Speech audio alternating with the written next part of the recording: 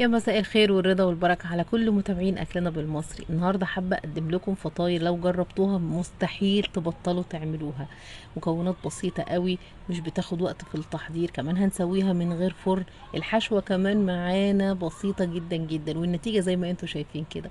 فطاير الجبنة بنص كيلو دي هتطلع معاكي طرية قوي، ولا طعمها رهيب رهيب. لو فعلا جربتيها مش هتبطليها. بسم الله كده بنشوف الطريقة مع بعض. في الاول كده هنجيب طبق غويط، وهنحتاج كوبايه ميه دافيه ومعاها كوبايه لبن. لو احنا ما عندناش لبن نقدر ان احنا نستخدم الكوبايتين ميه. بعد كده هننزل بنص فنجان زيت، ومعلقه كبيره مليانه سكر، ومعلقه كبيره مليانه خميره فوريه، ونص معلقه صغيره ملح، ونبتدي نقلب لحد ما السكر يدوب معانا. بعد كده هنحتاج نص كيلو دقيق، ما يعادل 4 كوبايات، لو مج الشاي الازاز. لو انت ما عندكيش ميزان ومش عارفه وزن الدقيق، فعايري 4 كوبايات، اي حجم كوبايه عندك، ونفس الكوبايه عايري بيها اللبن والميه. تمام.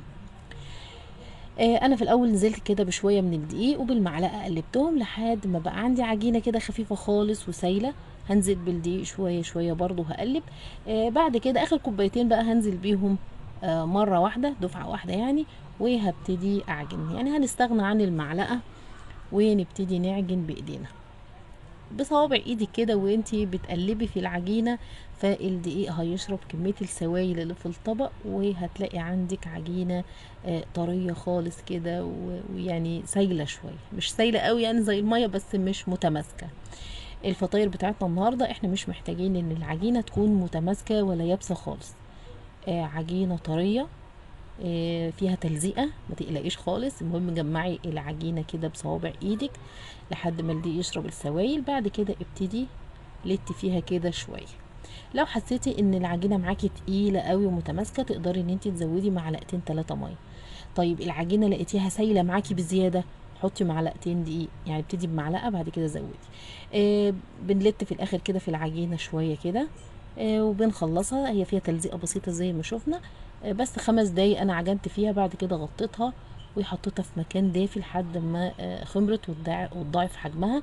بشيل البلاستيك راب وبهبط العجينه. بس عفرت ايدي كده برش الدقيق علشان العجينه زي ما انتوا شايفين بتلزق جامد.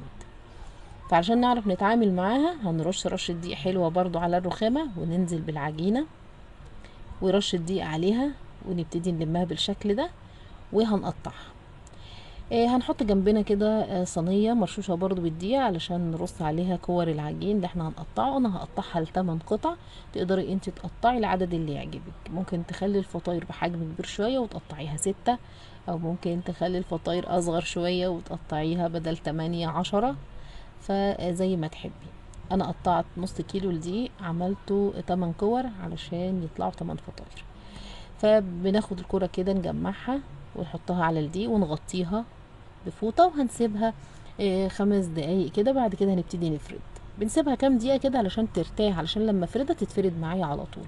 ما ينفعش بعد ما تقطعيها وتكوريها تفردي على طول، هتلم معاكي ومش هتعرفي تفرديها.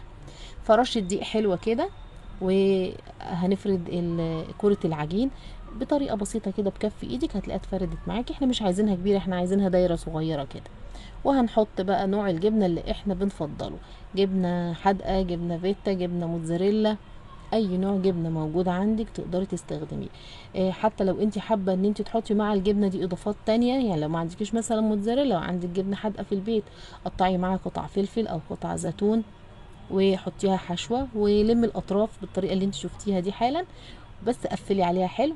العجينه طريه قوي، فهي هتقفل معاكي كويس. بعد كده بقلبها وانفض الدقيق الزياده اللي على وشها، وبرجع تاني وبحطها على الصينيه برضو وبغطيها بالفوطه، وباخد كرة العجين اللي بعدها وبرضو رش الدقيق. ولازم نفرد على الدقيق كويس، وخلي بالك علشان يعني العجينه ما تلزقش منك على الرخامه.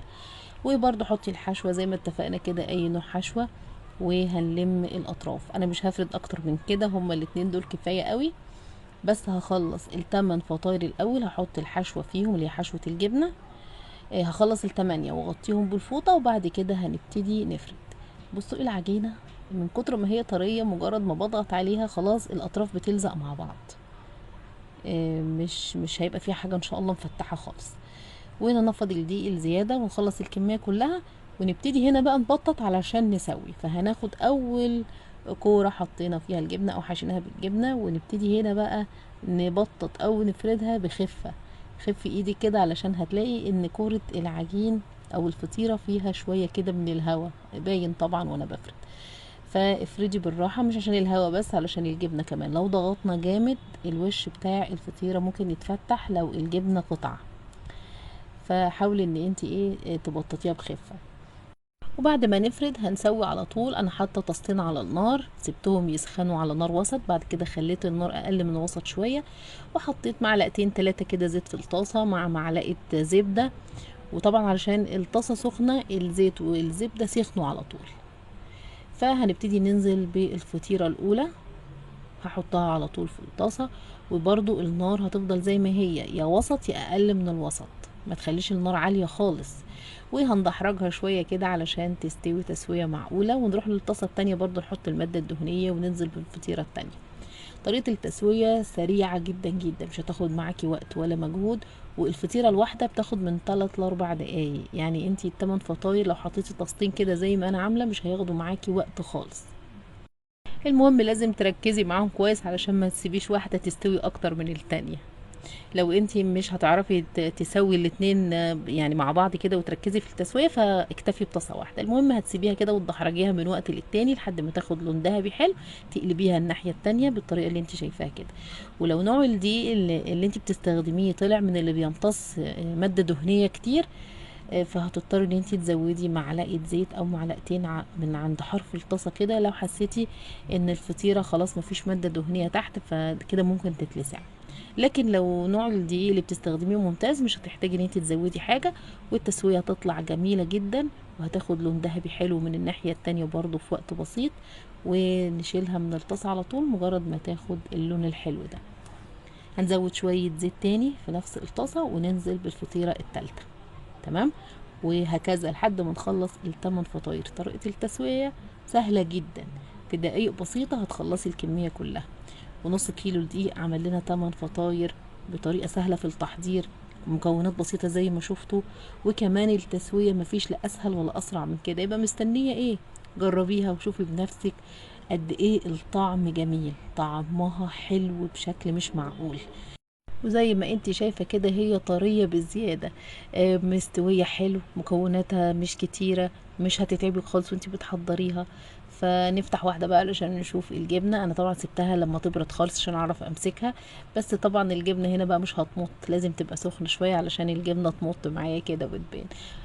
جربي طريقة النهاردة واضمن لك ان شاء الله ان تطلع من ايدك ممتازة، وان شاء الله هتعجبك.